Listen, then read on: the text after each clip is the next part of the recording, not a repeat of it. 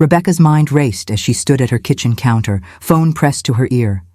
The familiar beep of voicemail echoed in her head for the third time that day. "David, it's Mom. Call me when you get this," she said, trying to keep the worry from her voice, but failing. The silence on the other end was deafening. Another voicemail, another empty response. She hung up, her fingers trembling as she dialed his number again. It had been days, no, a week, since she'd last heard from him. David had always been so reliable, so present, but now there was nothing. The world outside her small house felt distant, muffled, as if the silence surrounding her son had swallowed up everything. Her thoughts kept circling back to one thing. Is something wrong? Her mind raced through every possible explanation. Maybe he was busy, wrapped up in work. Maybe he'd just been out of town. But deep down, that gnawing feeling, the one that comes from deep in the pit of your stomach, kept whispering that it was something more. Something was wrong, and she couldn't shake the growing anxiety that clung to her like a heavy blanket. Every day without hearing his voice made the worry worse. Rebecca tried to tell herself it was nothing. He's probably just caught up in life. But as the days went by, the quiet stretched on, and each unanswered call made the distance between them feel more unbearable. She couldn't wait any longer. The silence wasn't a simple lapse. It was a warning, and with each passing hour, that warning grew louder. Rebecca couldn't sit still anymore. The worry was eating away at her. Each tick of the clock seemed louder than the last. She grabbed her jacket and keys with a quick, determined motion, her hands shaking slightly. She couldn't just wait any longer. She had to see David for herself. The first bus to Chicago was already pulling out when Rebecca arrived at the station, but she didn't hesitate.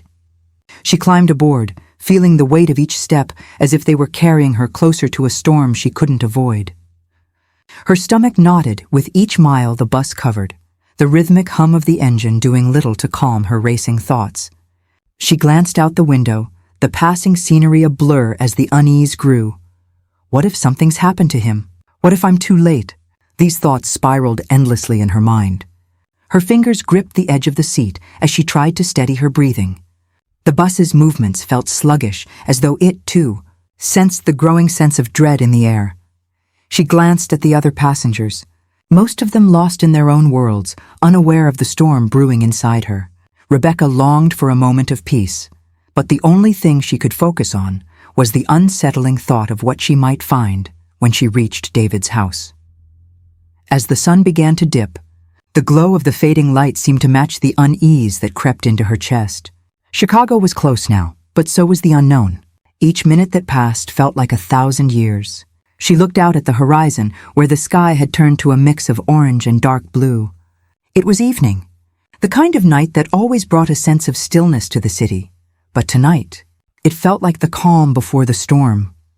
Rebecca's heart beat faster as the bus pulled closer to her destination. She didn't know what awaited her, but she had to know. She had to see for herself. Rebecca stepped off the bus and made her way toward David's house, her steps quick but unsteady. The small brick house sat at the end of a quiet street, its familiar shape now looming over her with an eerie presence. The porch light flickered weakly, as if struggling to stay alive, and Rebecca felt the chill of unease creeping through her veins. She hesitated at the front door, hand resting on the doorknob. The house was quiet, too quiet. No sounds of Michael running around, no murmur of conversation, no TV playing in the background. She pushed the door open, and the faint creak of the hinges seemed unnaturally loud in the stillness. As she stepped inside, the first thing that hit her was the mess. Furniture had been knocked over in the living room, papers scattered across the floor as though a storm had swept through the house. The coffee table was askew, a picture frame lying shattered in a corner, its contents strewn about like broken memories. It was as if someone had been in a hurry or had left in a panic. Rebecca's heart raced as she took in the scene, her breath catching in her throat. Something was wrong, very wrong. She called out softly, her voice trembling. "David? Michael?" But the house offered no reply, just the haunting silence. She moved further into the house, every step heavy with the weight of dread. The walls seemed to close in around her, and the quiet was suffocating. She passed the kitchen, where the dishes were still piled high in the sink, a faint smell of stale food lingering in the air. There was no sign of life, no clue as to where her son and grandson had gone. Her anxiety grew with each passing second, the house now feeling less like a home and more like a tomb. Her voice shook as she called out again, louder this time. "David!" "Michael!" But once more there was only the deafening silence that swallowed her words. It was as though the house itself was holding its breath, waiting for something to happen. Rebecca's legs felt weak, but she pushed forward, unable to stop herself. She had to know what had happened here. She had to find them. Rebecca entered Michael's room, her breath coming in shallow bursts. The air inside was thick, oppressive, as if it had been undisturbed for far too long. The room was dark, the curtains drawn tight, casting everything in a gloomy shadow. Michael's toys were scattered across the floor, and his bed was unmade, another sign that something was terribly wrong.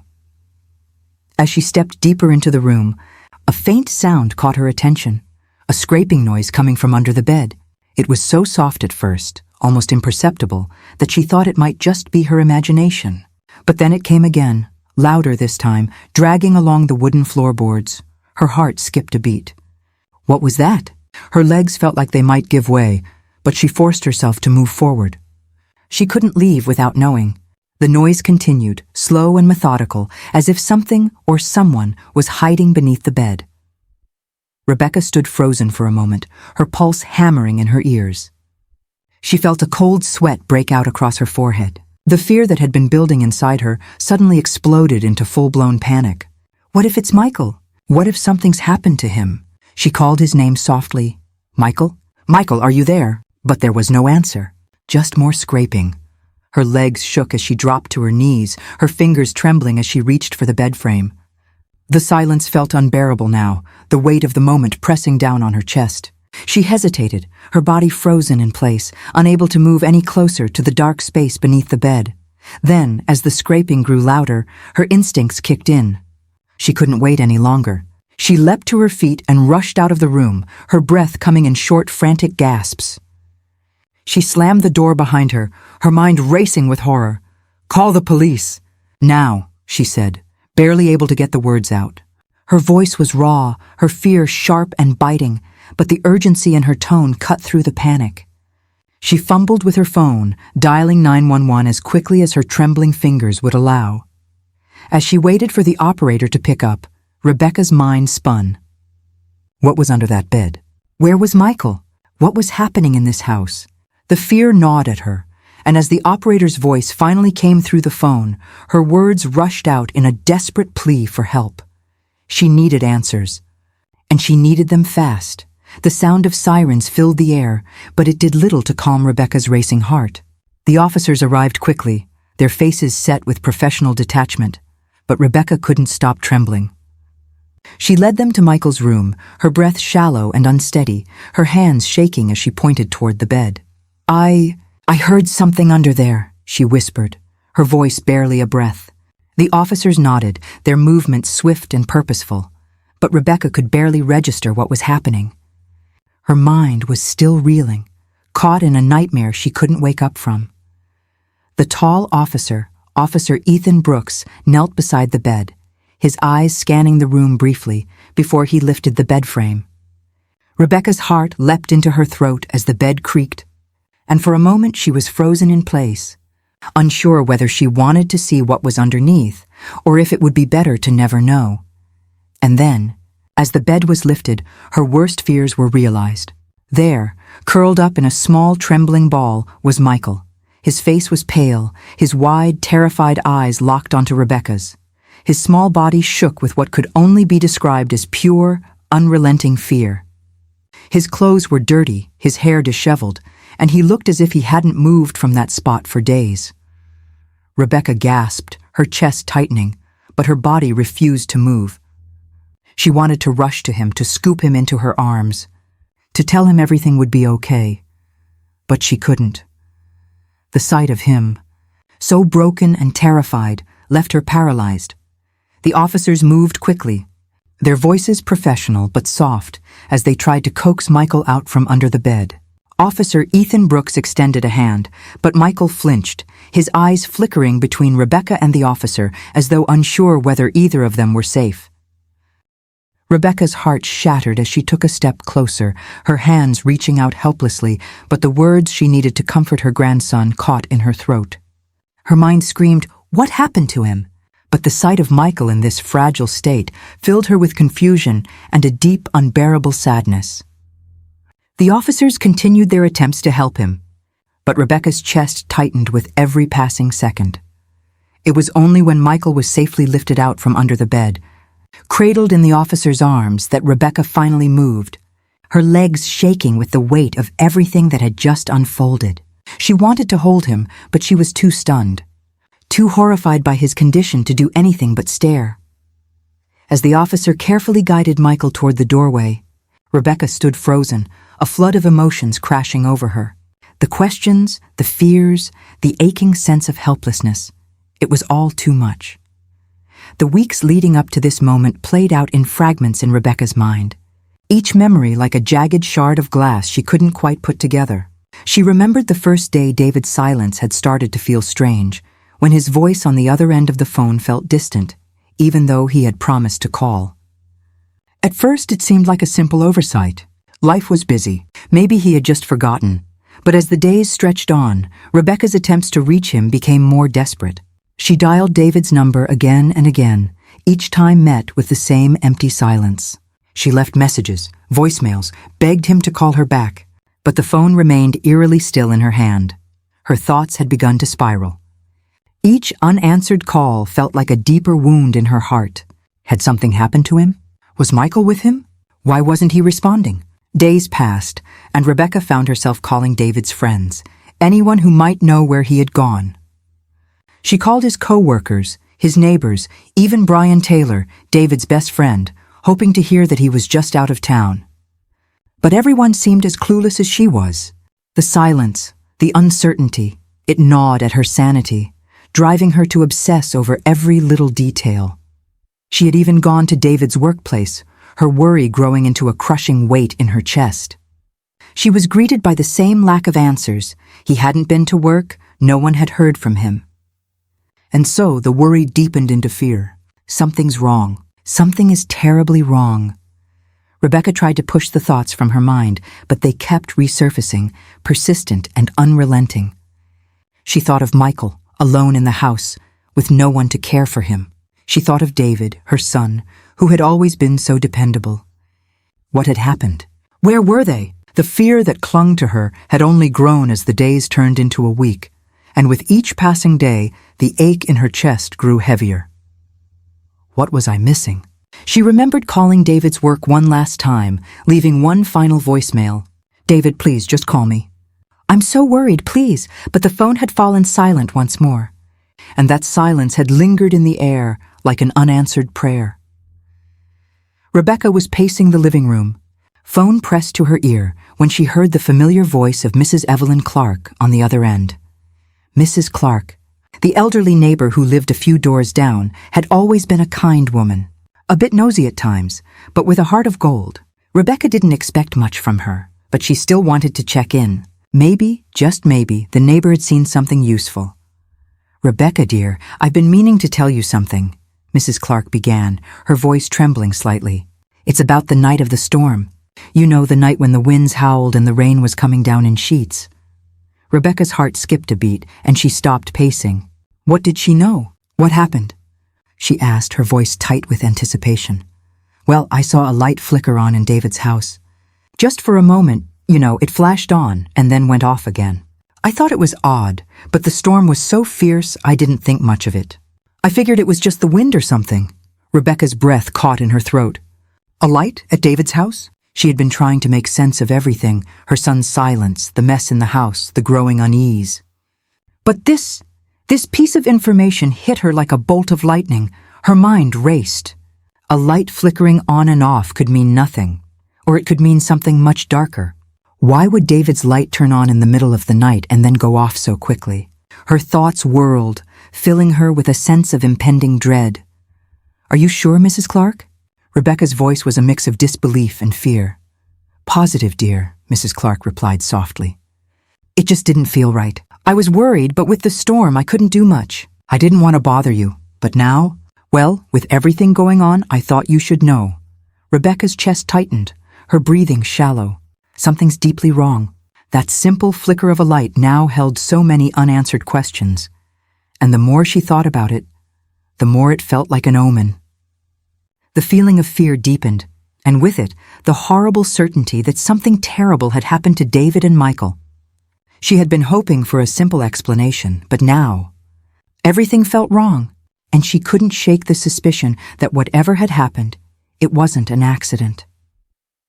Rebecca sat in the sterile, cold hospital room, her hands trembling as she clutched the edge of the chair.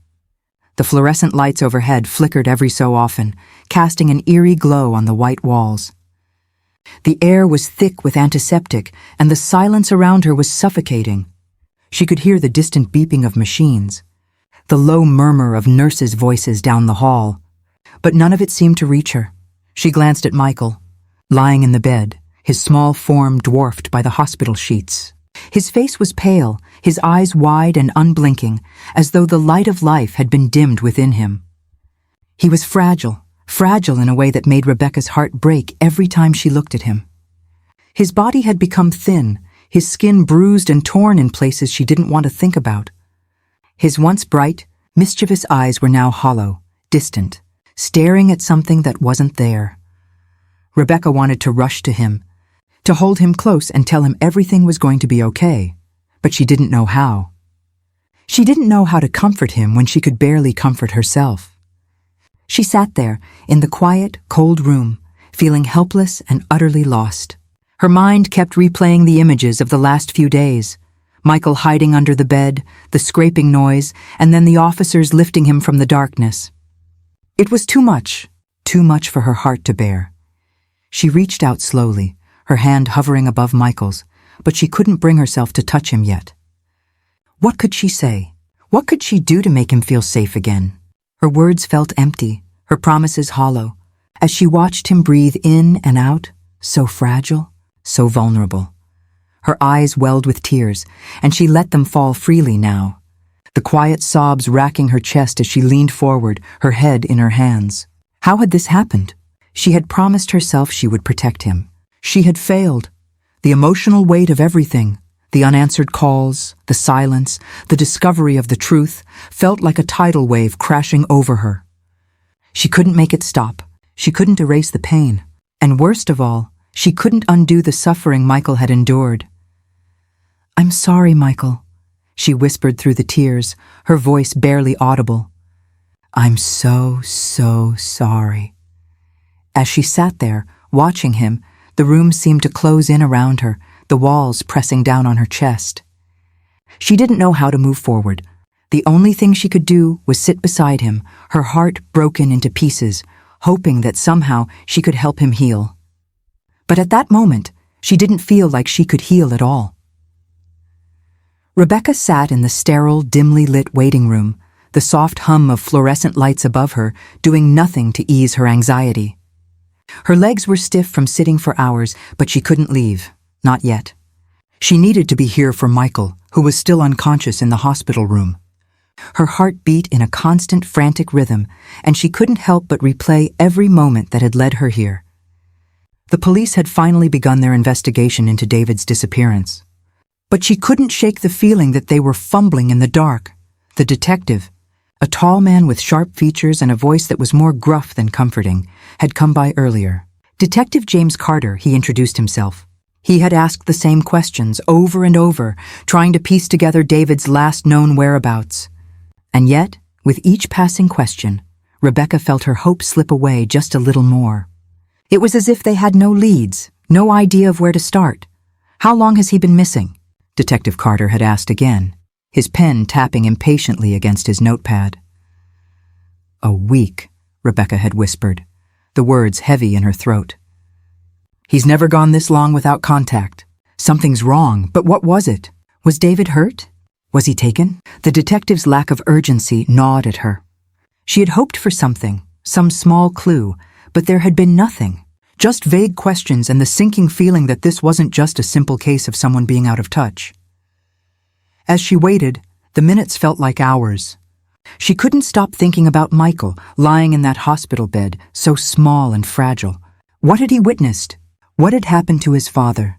Every time she tried to focus on the investigation, her mind would snap back to that moment when the officers had found Michael hiding under the bed, shaking and terrified. Her hands were trembling as she gripped the edge of the seat, her mind spiraling into the worst possible scenarios. What if David had been hurt? What if he was lying somewhere, unable to call for help? Or worse, what if he wasn't alive at all? The thoughts weighed on her, pressing against her chest, making it hard to breathe. Rebecca wiped the tears that threatened to fall from her eyes, determined to stay strong. She couldn't let her fear take over. Not now.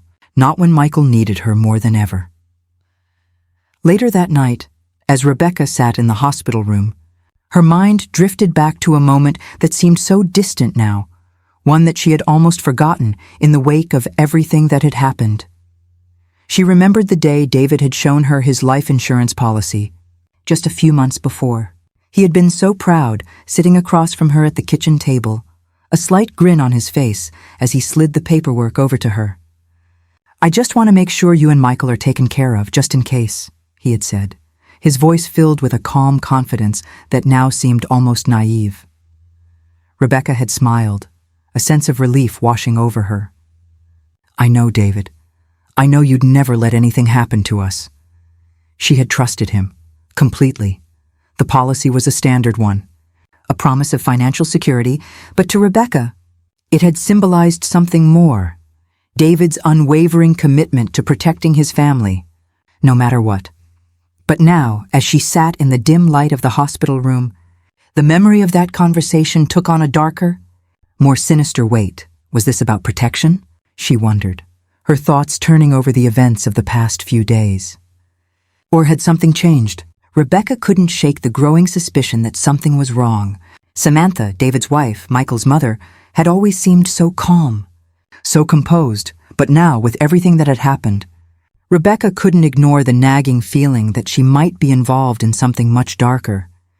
The silence, the strange behavior, the disappearance of David, it all felt like pieces of a puzzle that didn't quite fit.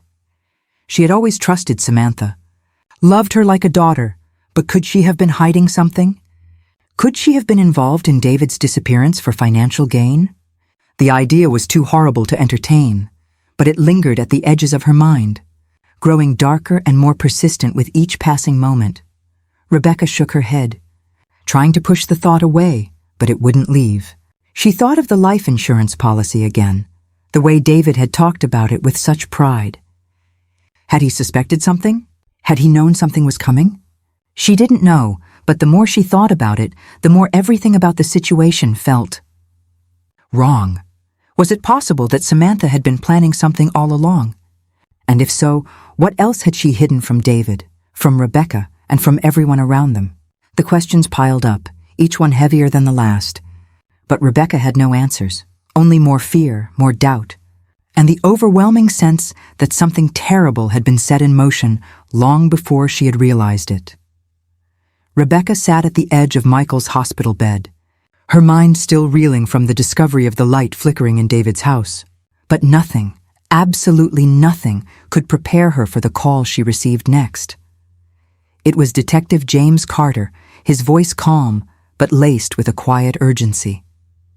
"Rebecca," he began, his tone heavier than usual, "we've found something at David's house. Blood. We're still processing it, but it looks like it belongs to David." Rebecca felt the blood drain from her face, her hands going cold. For a moment, the words didn't make sense. She could hear the detective continuing, but they were muffled, lost in the chaos of her thoughts. "Rebecca? Are you there?"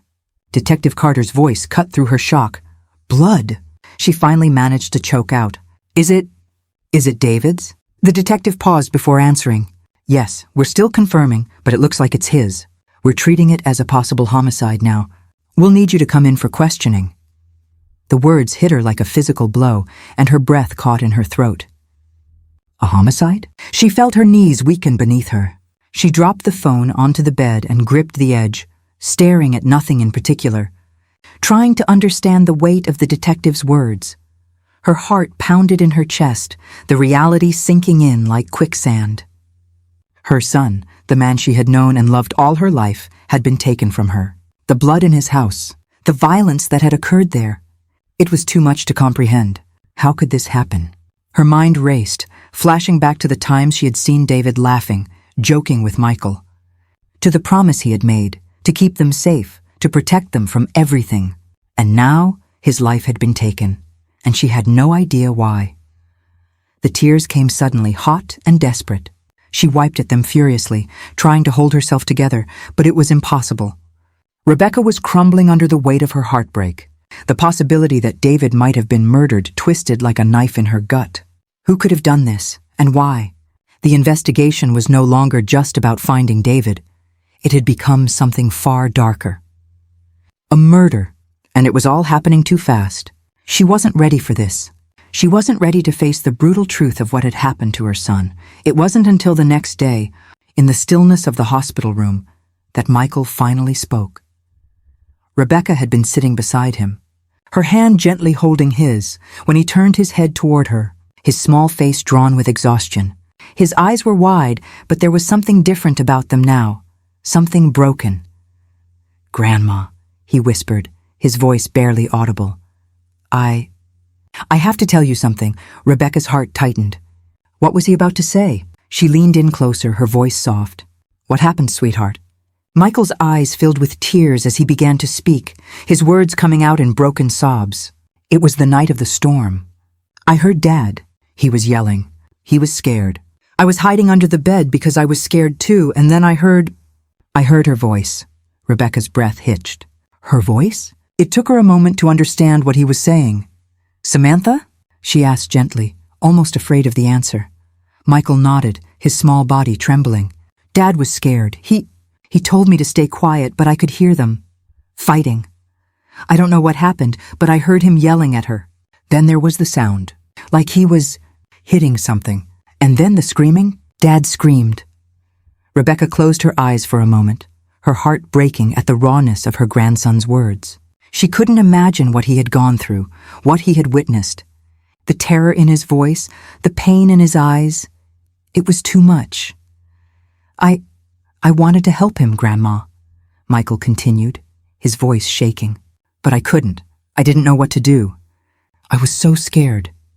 He began to sob then, the weight of what he had seen finally breaking free from his small body. "I didn't know what was happening. I just hid. I didn't want her to hurt me too. I'm sorry, Grandma." "I'm so sorry," Rebecca felt her heart shatter. Her little boy, the one who had always been full of life and joy, had witnessed something so horrific, something that no child should ever have to see. The guilt and the fear in his eyes were too much for her to bear. "Michael, it's not your fault," she whispered, wrapping her arms around him, holding him close. "You did nothing wrong. You're safe now. I'm here, sweetheart. I'm here." But the words felt empty, hollow in the face of the pain he had experienced. What kind of monster had done this to her son? She kissed his forehead gently, her tears falling freely. The loss, the helplessness, it was overwhelming. Rebecca wished more than anything that she could take away the pain Michael was feeling, but she knew that some wounds ran too deep. The nightmare of that night would stay with him forever, haunting his innocent mind. And as much as Rebecca wanted to shield him from it, she knew there was nothing she could do but love him and try to help him heal. As the tears flowed, she couldn't shake the image of David, the man who had always protected them, screaming, fighting, and then falling silent. Rebecca sat in the small, sterile room of the police station, her hands clasped tightly together in her lap. Detective Carter stood across from her, his face grave. His eyes seemed to avoid hers, but when he finally spoke, Rebecca's world tilted. "We've found something, Rebecca," he began, his voice low, as though he was treading carefully. "Evidence suggests that Samantha may have been involved in David's death. We've discovered that the life insurance policy David had wasn't just a precaution for the family. It might have been a motive." Rebecca's heart stopped. Her mind couldn't process the words. Samantha? Her daughter-in-law? The woman she had welcomed into her home, loved like a daughter, trusted as a part of her family? The idea that she could be involved in her son's death felt like a cruel twist of fate. "No," Rebecca whispered, shaking her head in disbelief. This can't be right. Samantha would never—" But Detective Carter pressed on, revealing more details, each one more damning than the last. We found out that Samantha had been having financial problems. Her debts were piling up. It seems she had been struggling to make ends meet, and David's life insurance policy could have been a way out for her. Rebecca's stomach twisted in knots. For money? For financial gain? The words rattled in her mind, but they didn't make sense. This was Samantha, her daughter-in-law, the woman who had promised to care for David and Michael. The woman who had been part of their family. The anger, deep and raw, began to simmer inside her. How could she? The woman Rebecca had always treated like family, the woman she had trusted with her son's life, had betrayed them all. To learn that this betrayal could be driven by greed, by a cold, calculating desire for money, was more than Rebecca could bear.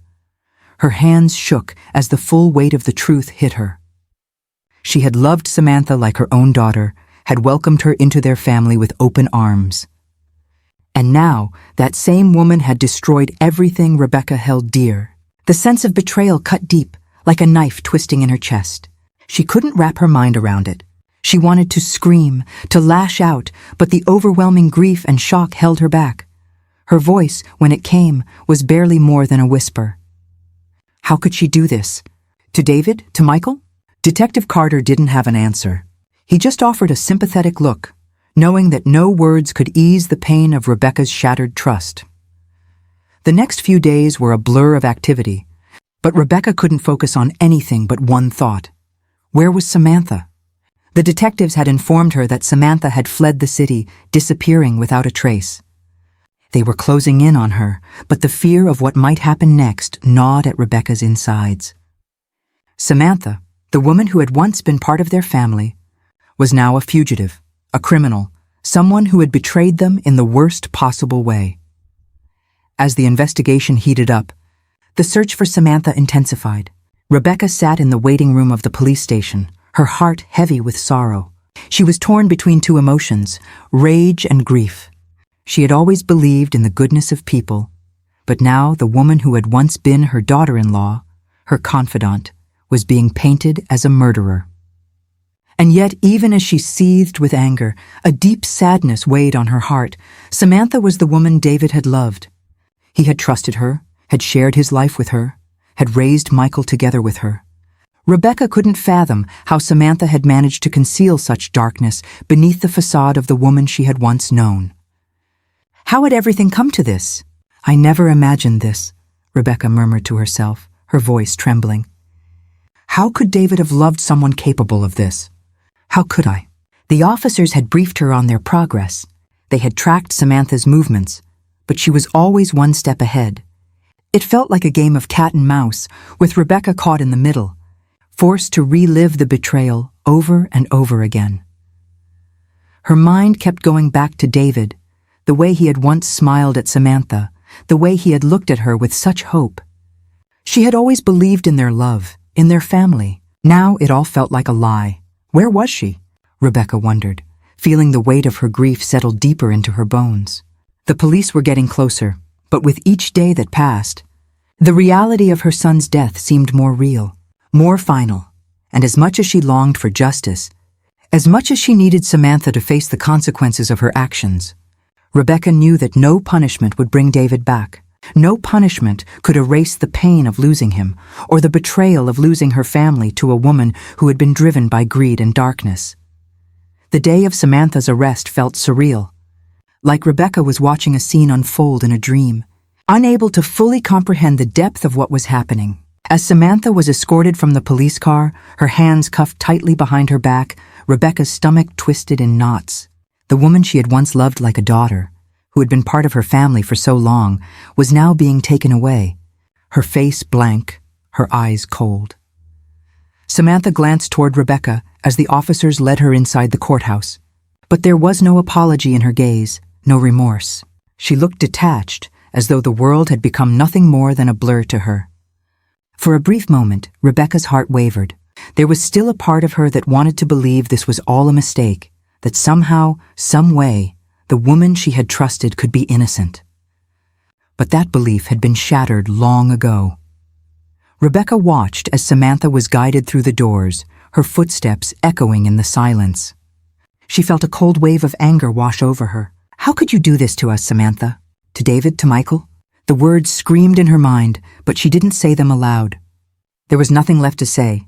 Samantha had destroyed their family, and now, as the handcuffs clinked against her wrists, Rebecca felt a strange mixture of release and sorrow. Part of her was relieved that justice was finally being done. She had hoped for this moment, prayed for it, but now that it was here, it felt like something precious had been lost forever. The grief was overwhelming. David was gone. Michael had lost not just his father, but now his mother too. Rebecca's eyes filled with tears as she turned away from the scene, her heart heavy. She couldn't bring herself to look at Samantha any longer. She couldn't bear to see the woman who had once been part of their lives now reduced to a criminal. Her thoughts went to Michael. The poor child had lost both parents in the worst possible way, one through murder, the other through betrayal. He would never fully recover from this. No matter how much justice was served, there would always be an empty space in his heart, a hole that no arrest or trial could ever fill. As Rebecca walked away, she felt the weight of everything sinking in. She wasn't sure what the future held, but one thing was clear. This chapter of her life was over. Samantha had taken everything from her, but in this moment at least, the anger gave way to a small sense of closure. The courtroom was suffocatingly silent as the trial began. Rebecca sat in the second row, Michael by her side, his small hand clutching hers. His eyes were wide, filled with fear and uncertainty, but he didn't let go. It had been a long, painful road to this point. But here they were, finally facing the truth, finally getting the justice they deserved. The prosecutor stood at the front, speaking in clear, measured tones as they laid out the case. The evidence was damning. Samantha's involvement in David's death, the blood found at the scene, the financial motive, and Michael's testimony. Rebecca could feel the weight of each word as it hung in the air, suffocating her with its truth. The room was cold, the air thick with tension. Samantha sat at the defendant's table, her face blank and emotionless, like a stranger. The woman who had once been a part of their lives now seemed like a ghost, a hollow shell of the person Rebecca had known. And yet, despite her cold exterior, Rebecca couldn't shake the feeling that somewhere deep inside, there was still a trace of the woman she had trusted. It was a painful thought, one she wasn't ready to face. Then, it was Michael's turn to testify. Rebecca's heart raced as he stood shakily, his small frame silhouetted against the bright lights of the courtroom. He had been preparing for this moment for days, but the reality of it hit him hard. He had already endured so much.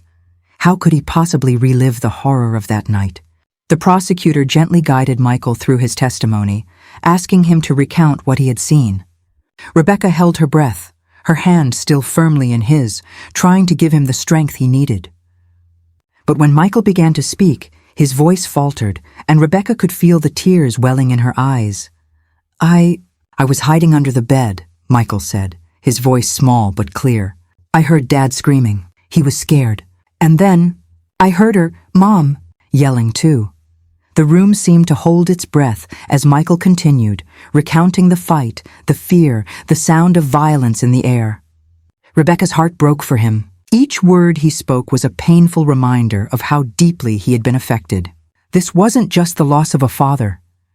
This was the loss of everything he had once known to be safe. The courtroom remained still as Michael spoke of Samantha's presence that night, of her role in the chaos, the fear, and the destruction. His words were raw, innocent, and heartbreaking. He was a child who had witnessed too much, who had lost too much, and now he was forced to give voice to the pain that had been buried inside him. Rebecca's throat tightened as she watched him, her little boy forced to relive a nightmare. But as the testimony continued, she could feel the truth sinking in. Samantha's guilt became more and more apparent, and with it, the crushing weight of the betrayal. As the prosecutor wrapped up, Rebecca couldn't hold back the tears any longer. She felt the weight of everything: David's death, Michael's suffering, the loss of her family, and it all crashed down on her in that one moment. She wanted to hold Michael, to shield him from all of this, but there was nothing she could do but watch as the wheels of justice turned slowly, painfully. The courtroom was silent, save for the sound of the judge's voice as he read the verdict. Each word seemed to echo in Rebecca's chest, like the slow, relentless tick of a clock counting down to something irreversible.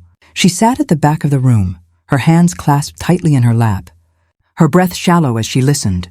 We, the jury, find the defendant, Samantha Whitaker, guilty of first-degree murder and fraud. Rebecca's heart lurched. The words hit her like a tidal wave, a rush of emotions that she couldn't quite process. Guilty. It was the word she had been waiting to hear, the justice she had prayed for. But now that it was here, it felt hollow. Samantha, the woman who had been part of their family, was now a convicted murderer. And no verdict could bring David back. She glanced at Michael, who sat beside her, his face etched with an unreadable expression. He had been through so much, too much, and now, as the reality of the verdict settled in, Rebecca saw a flicker of something in his eyes, the same uncertainty, the same sorrow that had been with him since that horrible night. There was relief in this moment. Yes. Justice had been served, but that relief was fleeting, swallowed whole by the crushing pain of David's absence. What had it all been for? The pain of losing him could never be erased by any legal decision. Justice was necessary, Rebecca thought, but it will never bring David back. The gavel fell with a finality that seemed to resonate through Rebecca's soul. She had never imagined that it would feel this way. The years of love, of memories, of family, everything had been torn apart in an instant. She closed her eyes briefly, the weight of it all pressing down on her, but when she opened them again, her focus shifted to Michael. She had to be strong for him. She stood slowly, her legs feeling like they might give way beneath her. Justice had been served, but her heart, her soul, those pieces of her life, had been broken forever. The days after the trial were a blur of paperwork, decisions, and farewells. Rebecca stood in the doorway of David's house, staring at the empty rooms. The house felt hollow now, as if it had lost its soul. Everything about it felt like a reminder of the life they had once had, before the storm, before the betrayal, before the darkness had come in and destroyed everything. She had spent hours going through the house, sorting through David's things, but every corner seemed to echo with memories. The pictures of David and Michael, smiling on vacations, celebrating birthdays, it was all still here. But now, it was a painful reminder of what they had lost. Rebecca knew it was time to close the door on this chapter of their lives. This house, this place, it's too much for us now, she thought. We can't live in the past. We have to move forward. She made the decision to sell David's house. It wasn't easy, and the thought of letting go of so many memories tore at her heart. But she knew it was the right thing to do. Michael needed a fresh start. She needed a fresh start. They both needed to heal. As she and Michael moved into a new home, a place where they could begin again, Rebecca promised herself that she would protect him, that she would be the mother and grandmother he needed. No more darkness, no more fear. She would do whatever it took to make sure he felt safe again. In their new home, Rebecca created a space where Michael could finally start to heal. She found him a small corner of the room to decorate however he wanted, and though the walls still felt bare, it was a start. Each new day felt like a small victory, a slow and steady journey toward healing. One evening, as she tucked Michael into bed, she kissed his forehead and whispered, "We'll be okay. I promise. I'll always protect you, Michael. We'll get through this together." And as she closed the door to his room, Rebecca took a deep breath and stood in the hallway, her heart heavy with the weight of all that had happened. She knew the road ahead wouldn't be easy, but she also knew that she wasn't alone anymore. She had Michael, her reason to keep going, her reason to heal. And though David would never be forgotten, Rebecca found a small sense of peace in knowing that his love for Michael, for their family, would carry on in their hearts. As she looked toward the future, Rebecca vowed to never forget David's love. It would live on in the way she raised Michael, in the way she protected him, and in the way they both learned to move forward together.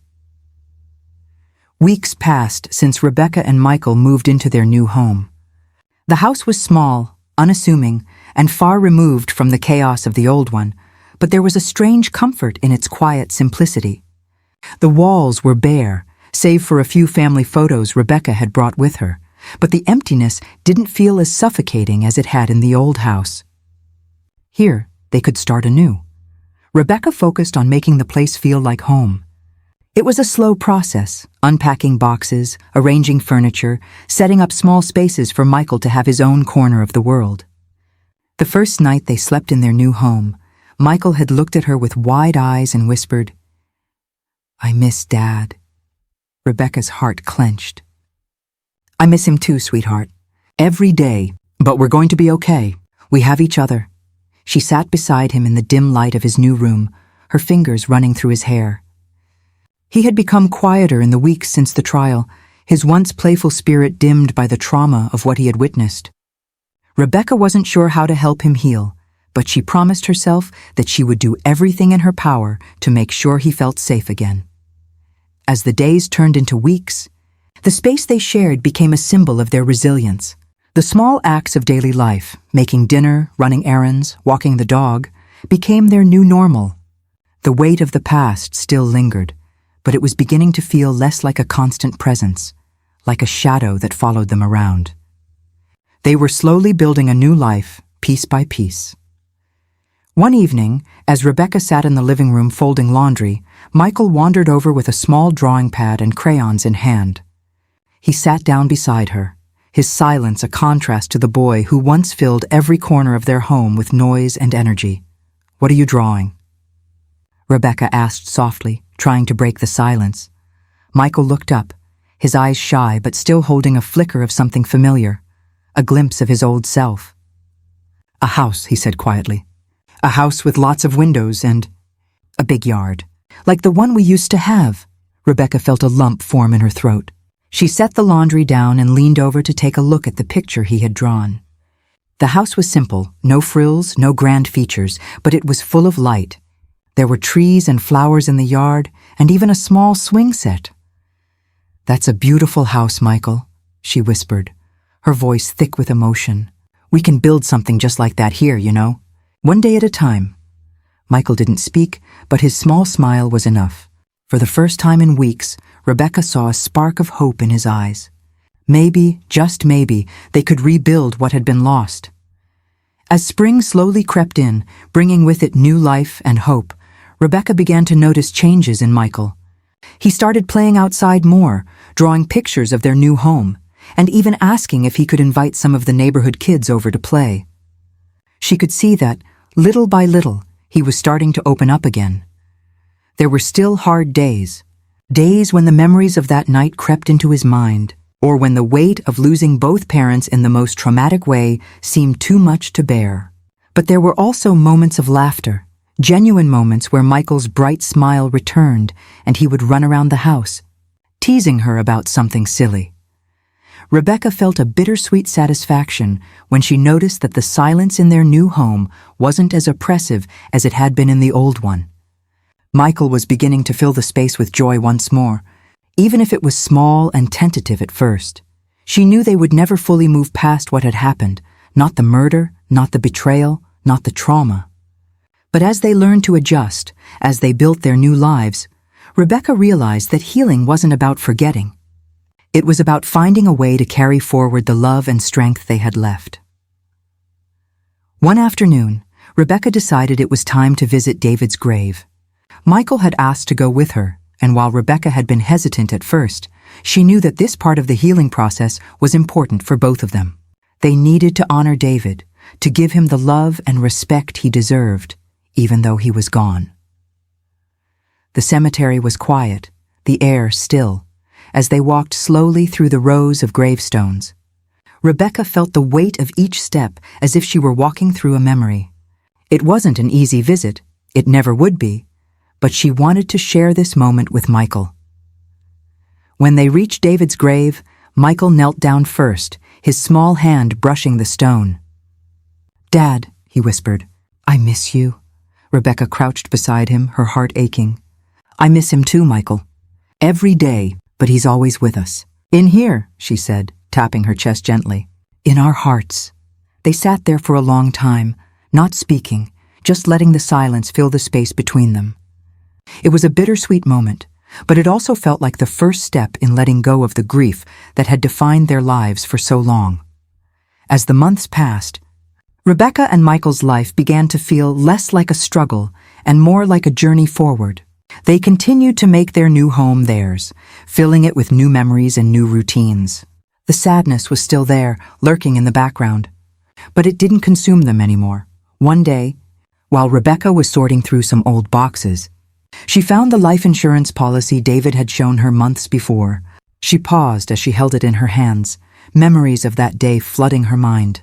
At the time, it had felt like a reassuring gesture, David's way of ensuring their security. But now, after everything, it was a symbol of what had been taken from them.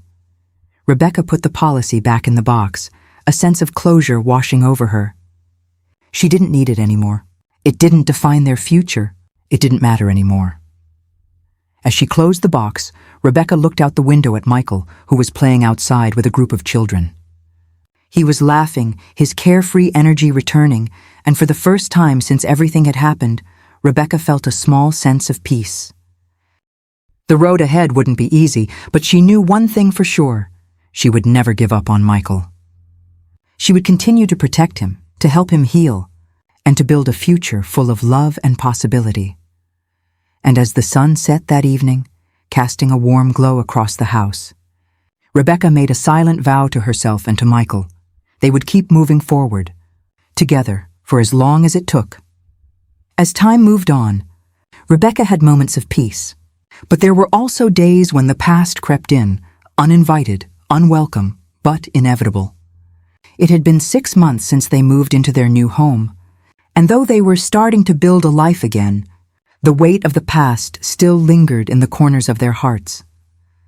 Rebecca often found herself standing at the window, gazing out into the yard, watching Michael play with the other children from the neighborhood. He was still quiet at times, but his laughter she hadn't heard in months, filled her with a hope she hadn't thought possible. She couldn't help but think of David, of the life they could have had if things had been different. The pain of losing him would never go away, but it was less consuming now. But the guilt, that nagging feeling, still remained, though it was slowly being replaced by a quiet sense of determination. She wasn't sure if it would ever fade entirely. She wasn't sure if she could ever truly heal from the loss of her son. Yet, for Michael's sake, Rebecca had learned to keep moving. He was her reason, her purpose. She couldn't afford to lose herself in grief, not when he needed her more than ever.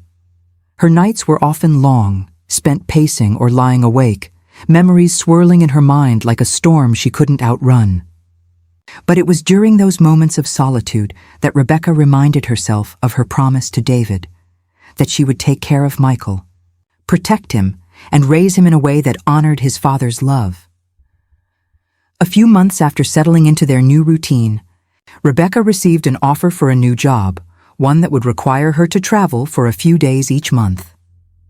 It was an exciting opportunity, one that would help financially, but it also meant that she would be away from Michael for the first time since everything had happened. The thought of leaving him behind, even for a few days, filled her with dread.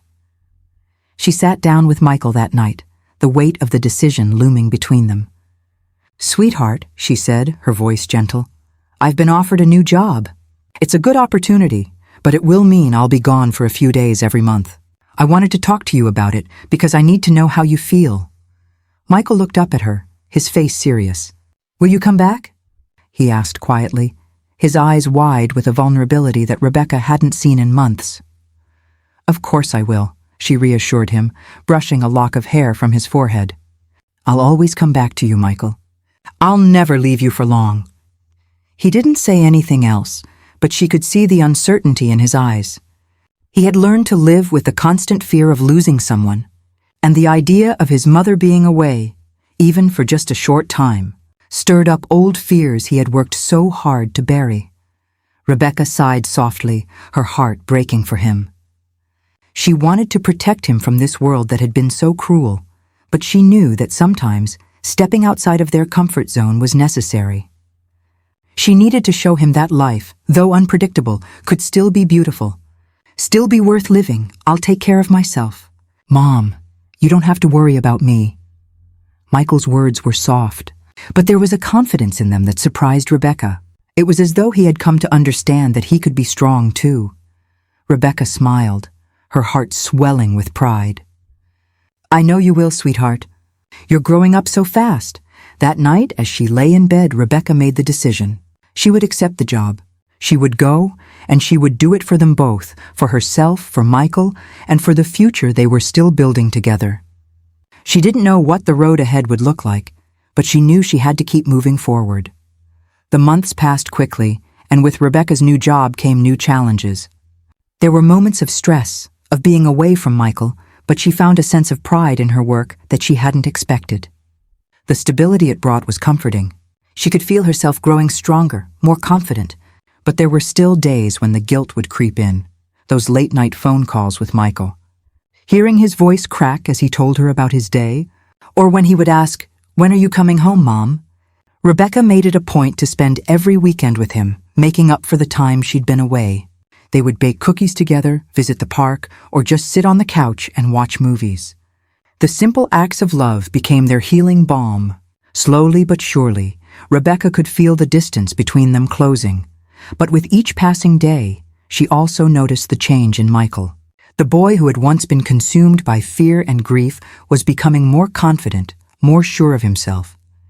He started to make new friends at school, and though he still had moments of sadness, his joy was returning.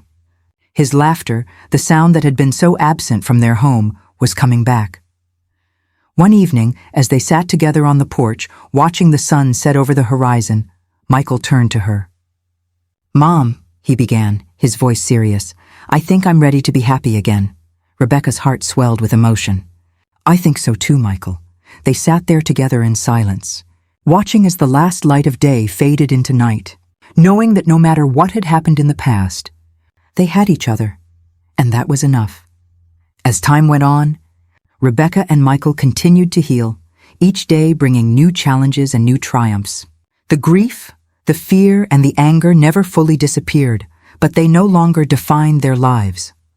They had learned how to live with the pain, how to honor the memory of David while moving forward into a future that was still uncertain, but filled with potential.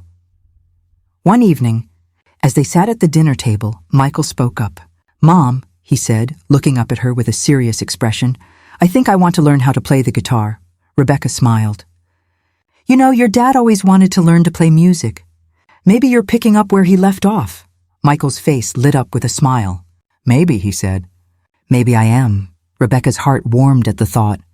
It was another step, another sign that they were moving forward. Slowly but surely, the pieces of their broken life were coming together again. And as they both moved into this new chapter, they knew that they would face whatever came their way, with strength, with love, and with a resilience that had been forged through the hardest of times. Rebecca closed her eyes for a moment, her thoughts drifting to David. "You would be so proud of him," she thought. "We'll make you proud, David. We'll be okay." And in that moment, as the sounds of Michael's laughter filled the room, Rebecca knew that they were ready to face whatever the future held, together. The days continued to unfold slowly, each one a quiet step in Rebecca and Michael's ongoing journey. It had been a full year since they moved into their new home, and although the shadow of the past still loomed over them, it no longer felt all-consuming.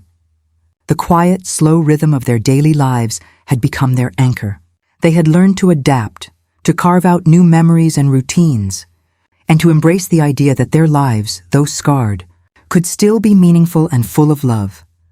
Rebecca's job had grown more demanding, and she found herself traveling less frequently now. The stability it offered had been invaluable, and it allowed her to provide for Michael while also giving them both the time they needed to focus on healing.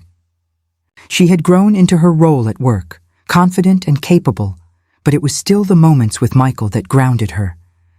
Whether it was sitting together on the couch watching old movies, walking to the park in the afternoons or helping him with his school projects. Rebecca cherished these moments more than anything. One evening, after a long day of work, Rebecca came home to find Michael sitting at the kitchen table, his guitar in hand.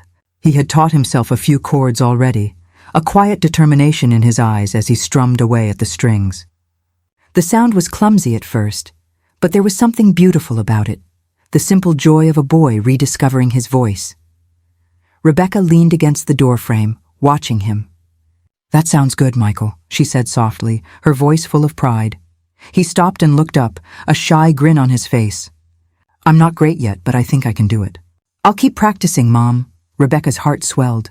David would have been so proud to see Michael doing something that connected him to his dad's love for music. Music had always been a part of their lives, and now, in the quietest, most unexpected way, Michael was keeping that flame alive. "You're doing great," Rebecca said, walking over to him. "Just keep playing. It'll get better every day." Michael smiled, the weight of his grief still there, but lighter now, with music filling the air between them. "I will, Mom. I'm going to keep getting better."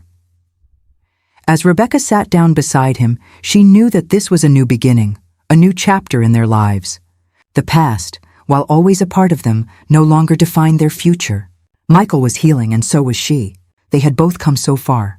Together, they could face whatever came next, one day at a time.